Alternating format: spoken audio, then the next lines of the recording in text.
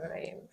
Assalamualaikum warahmatullahi wabarakatuh. Selamat pagi Sobat Sehat. Bagaimana kabar Anda? Semoga selalu sehat ya. Berjumpa lagi dengan saya Ayu Ardita, host yang bertugas pada pagi ini tentunya dalam acara Sersan. Sharing santai bersama podcast RSTDS, pilihan tepat menuju sehat. Sobat Sehat, pagi ini kita akan membahas tentang antibiotik ya. Antibiotik adalah sebuah penemuan besar yang mampu menyelamatkan nyawa manusia. Namun sayangnya, penggunaan antibiotik yang tidak tepat bisa menjadi bom waktu bagi kesehatan tubuh kita. Nah, pada kesempatan kali ini, kita akan membahas tentang penggunaan antibiotik yang tepat. Kita akan membahas tentang fakta-fakta mengejutkan apabila kita tidak menggunakan antibiotik dengan tepat. Nah, sudah hadir di samping saya seorang dokter spesialis mikrobiologi klinik. Langsung saja ya, kita menyapa beliau dan juga berkenalan. Assalamualaikum Dokter Citra SPMKG. Waalaikumsalam warahmatullahi wabarakatuh. Bagaimana ini dokter kabarnya? Alhamdulillah baik, sehat. Alhamdulillah. Dokter bisa berkenalan nih dengan Sobat RSTDS ya. Siap Dokter. ya. Assalamualaikum warahmatullahi wabarakatuh. Perkenalkan, nama saya Dr. Citra Destia Rahma Putri, spesialis mikrobiologi klinik yang memang saat ini ada di RSTDS. Gitu. Menarik sekali dokter. Dokter langsung saja ya, kita membahas tentang antibiotik. Sebenarnya antibiotik itu apa sih dokter dan bagaimana cara kerjanya dokter? Iya. Jadi banyak ya, kita sering ya kayak minum obat antibiotik, apalagi periksa kok dikasih antibiotik gitu. Sebenarnya apa antibiotik itu gitu. Jadi memang antibiotik itu adalah memang sesuatu yang obat yang diperuntukkan untuk membunuh atau menghambat dari bakteri gitu. Jadi sebenarnya kalau infeksi, kita ngomong infeksi ya, biasanya diberikan untuk penyakit-penyakit infeksi. Infeksi itu bisa banyak, namanya infeksi karena mikroba. Salah satu mikrobanya adalah bakteri. Jadi Indonesia Raya Merdeka ya enggak ya. Maksudnya banyak sekali, baik itu di Indonesia ataupun di luar, memang bakteri ini menjadi suatu polemik sendiri ya. Jadi yang bisa menjadikan suatu penyakit. Nah, antibiotik ini hadir untuk melindungi atau menyelesaikan ibaratnya gitu untuk infeksi-infeksi karena infeksi bakteri gitu. Baik. Kalau cara kerjanya itu bagaimana dokter antibiotik? Kalau kerjanya secara garis besar itu antibiotik itu ada yang membunuh kan dan menghambat. Jadi jadi kalau kita minum antibiotik ada kalanya memang dokter itu meresepkan antibiotik yang memang untuk membunuh bakterinya gitu. Tapi ada beberapa juga yang bakterinya itu mungkin terlalu kuat ya. Jadi nggak bisa ditembus ibaratnya gitu. Jadinya ini paling gampang gimana? Paling bisa gimana? Jadi ya antibiotik salah satunya adalah antibiotik untuk menekan pertumbuhannya gitu.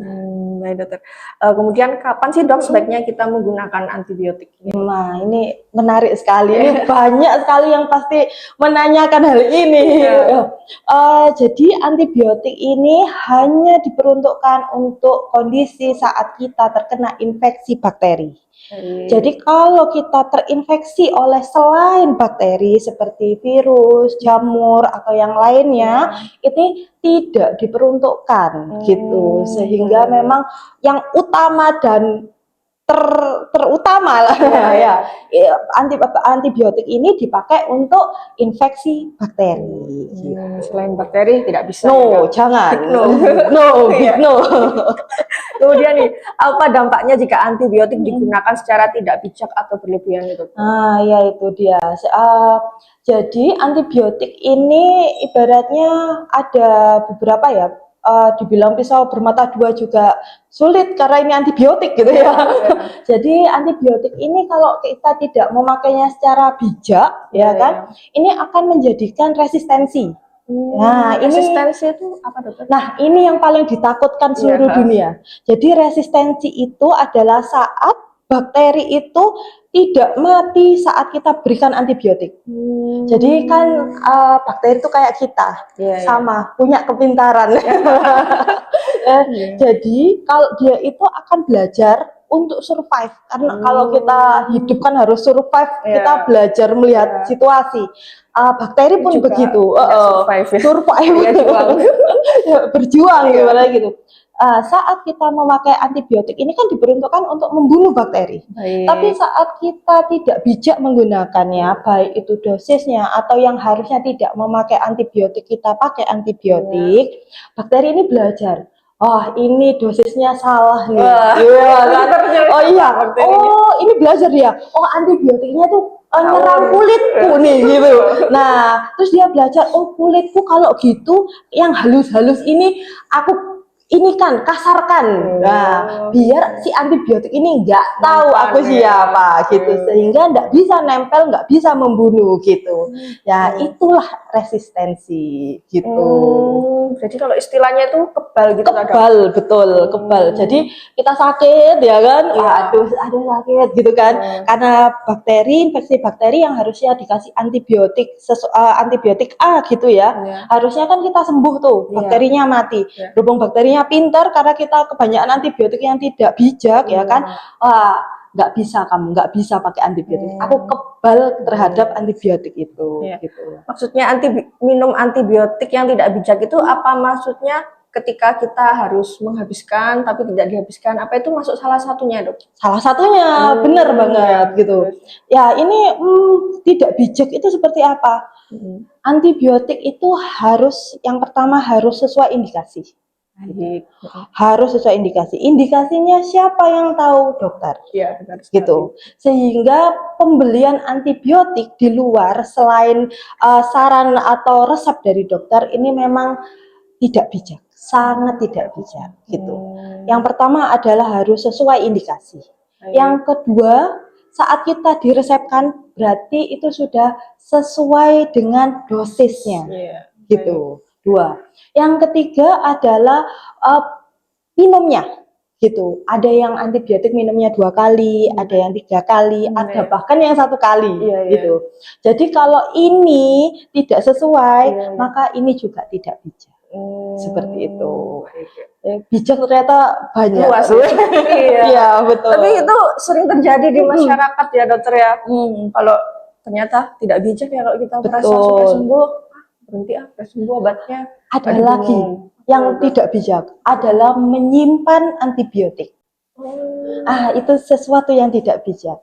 Jadi kalau kita diresepkan antibiotik itu biasanya pasti kita diberikan sesuai dengan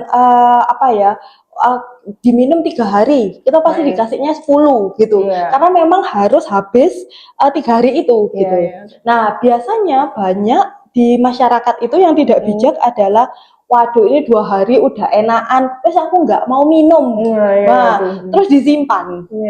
Terus habis itu, loh kok ini dapat 1 bulan, waduh ini gejala ini sama, tak minum aja. Nah, itu. Padahal gejala yang sama tidak selalu dengan infeksi yang sama gitu. Jangan-jangan yang sekarang infeksi bakteri memang butuh antibiotik, tapi ternyata 1 bulan lagi ternyata itu infeksi virus. Nah, tapi memang gejalanya sama gitu. Baik. Jadi ternyata ketidakbijakan ini sering terjadi di masyarakat ya, Dokter ya. Di antara bukan di antara kita ya. Di antara masyarakat. Oke. Baik, Dokter. Kemudian nih, apa dampaknya jika antibiotik digunakan secara tidak bijak atau berlebihan? Tadi sudah dijawab ya, Dokter ya. Sekarang kemudian mengapa orang masih percaya antibiotik bisa menyembuhkan flu dan demam biasa? Nah, itu ya oke. Kita harus pahami dulu bahwa flu itu banyak macamnya gitu ya. Kadang-kadang kalau di masyarakat itu flu ya sama aja, flu ya flu gitu ya. Padahal flu itu penyebabnya banyak. Ada virus, ada bakteri gitu. Kalau ini penyebabnya virus, berarti kita tidak membutuhkan antibiotik. Karena virus itu adalah sistem imun kita sendiri itu yang perang gitu, yang perang melawan si virus. Karena biasa pasti menang gitu. Ibaratnya kalau kita sesuai kayak minum obat umpama demam ya obat demam kayak gitu itu, terus vitamin, terus habis itu istirahat ya makan. Nah, itu kan meningkatkan imun ya kan. Jadi nggak butuh antibiotik. Tapi kalau umpamanya memang ini karena bakteri, barulah antibiotik memang diperuntukkan karena sesuai indikasi.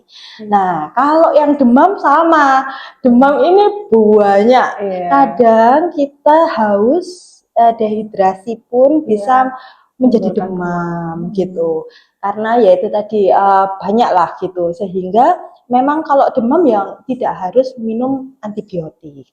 Hmm, baik, memang demam minum antibiotik itu udah salah besar ya. Salah Dokter. besar. Harus.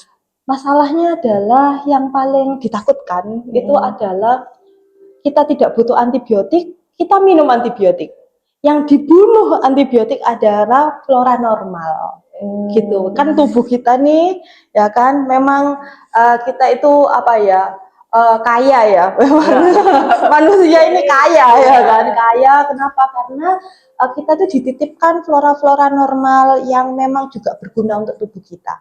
Saat antibiotik itu tidak sesuai indikasi, maka flora normal itu yang akan dibunuh sama antibiotik. Padahal flora normal itu membantu sistem imun barier pertama kita. Gitu. Jadi bisa dibayangkan kalau kita salah guna antibiotik atau nggak bijak gitu ya, maka kita banyak ruginya. Iya, malah salah sasaran itu. Salah sasaran. Kemudian nih, Dok, bagaimana peran tenaga kesehatan dalam mencegah penyalahgunaan antibiotik ya? Salah satunya mungkin podcast ini ya, Dok. Oh ya, benar.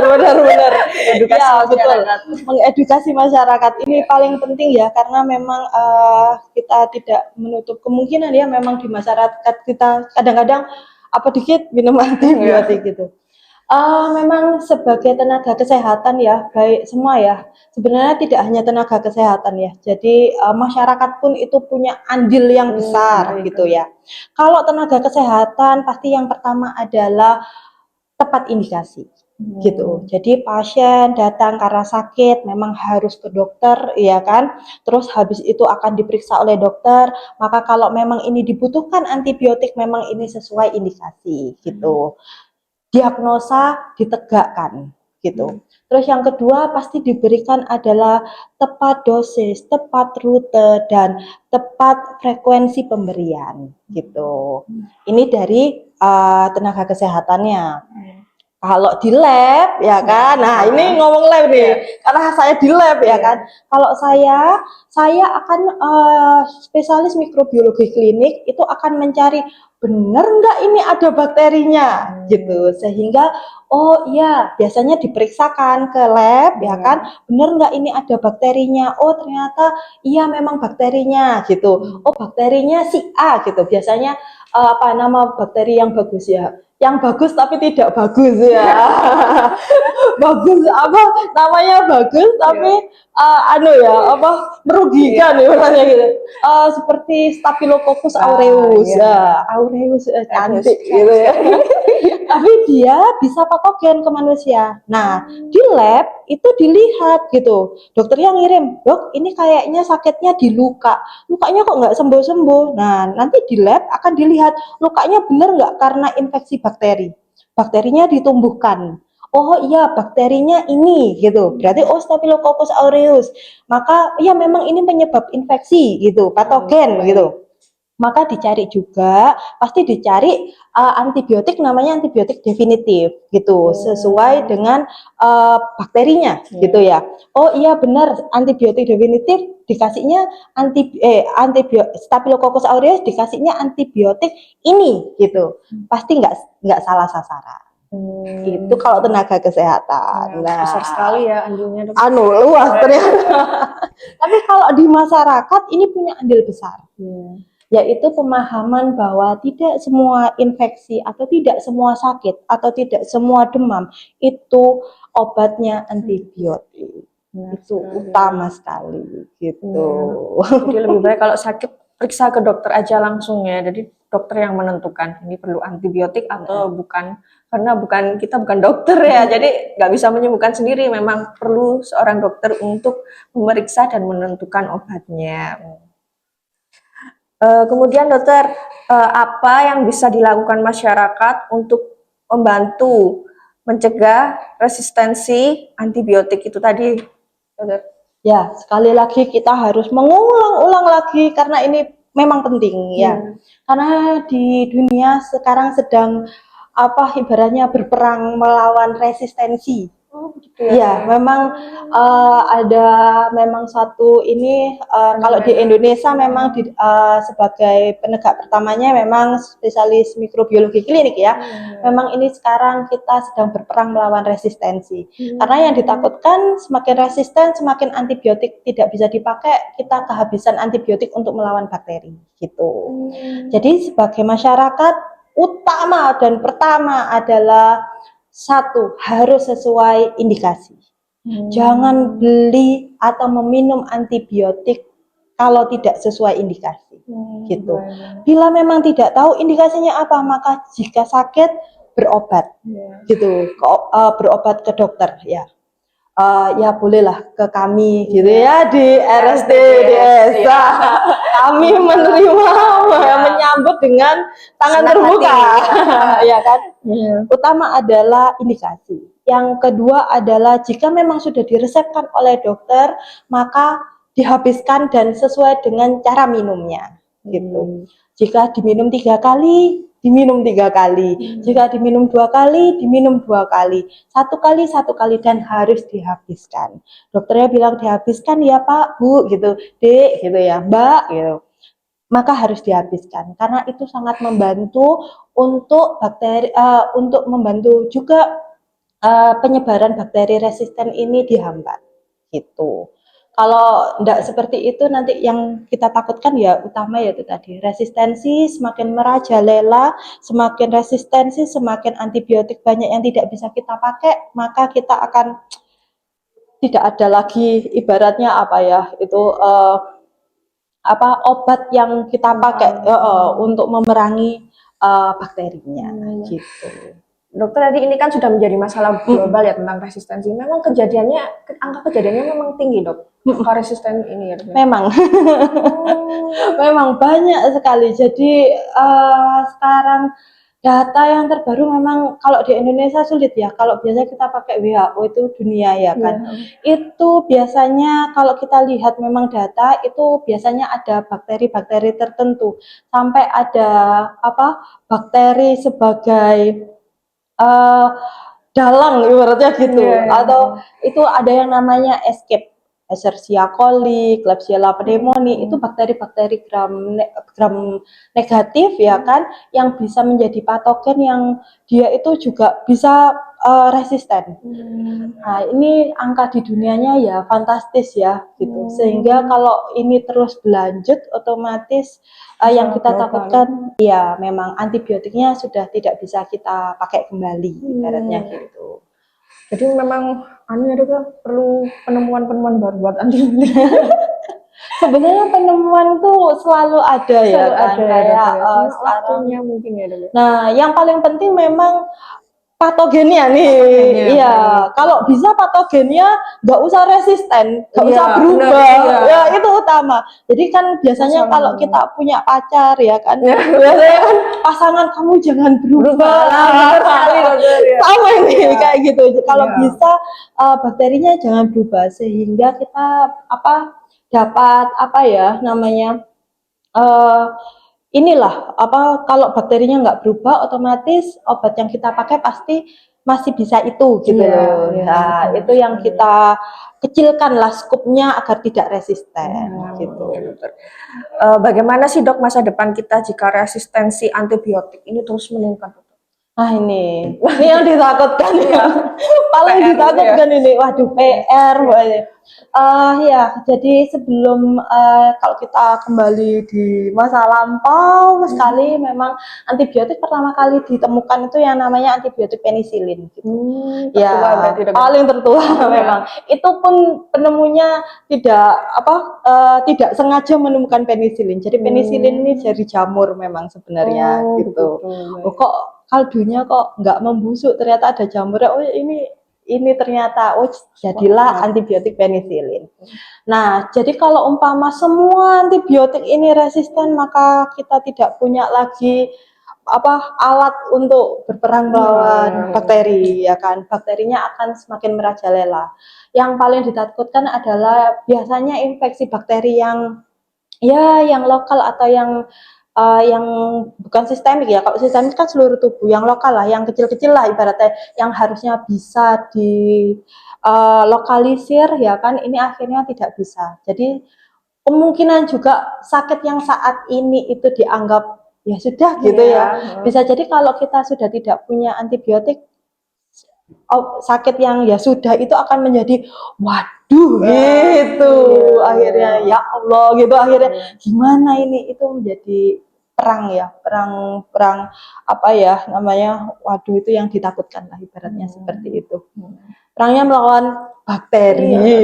Nggak kelihatan gitu. Kelihatan masuk otak, Iya, sulit sekali. Iya Tapi benar. mematikan. Mematikan memang iya. Kalau Beberapa tidak memang. ditangani dulu. Infeksi bakteri itu bisa sistemik ya kan, itu bisa ke seluruh tubuh. Biasanya kalau kadang-kadang kita bilangnya itu sepsis ya. Iya. Gitu. Itu bakterinya suka-suka jalan-jalan ke aliran darah. Aliran darah karena seluruh tubuh ya kan. Bisa lah nempel sana, nempel sini. Iya. Akhirnya jadilah infeksi-infeksi di banyak organ. Ini yang ditakutkan gitu. Yang paling ditakutkan memang sepsis ya. Jadi kita tidak bosan untuk mengulang-ulang ya Sobat Sehat, tetap minum obat sesuai indikasi ya. Dan kalau kita sakit, jangan memutuskan sendiri untuk langsung minum obat, kita harus berobat ke dokter. Mungkin dokter untuk close statement buat Sobat Sehat di rumah, dokter. Oke, ya. Waduh ini. Oke. Yang paling utama adalah antibiotik harus sesuai dengan indikasinya. Itu yang utama dan pertama gitu. Dan jangan minum antibiotik tanpa resep atau anjuran dari dokter. Itu yang paling penting. Baik ya, kita ulang-ulang terus karena ini adalah langkah kecil yang bisa menghilangkan ketidakbijakan obat yang kita minum, antibiotik yang kita minum, karena dampaknya sangat besar ya dokter ya. Betul sekali. Baik, demikian podcast kita pagi ini. Apabila ada salah kata, kami mohon maaf. Semoga bermanfaat. Assalamualaikum warahmatullahi wabarakatuh.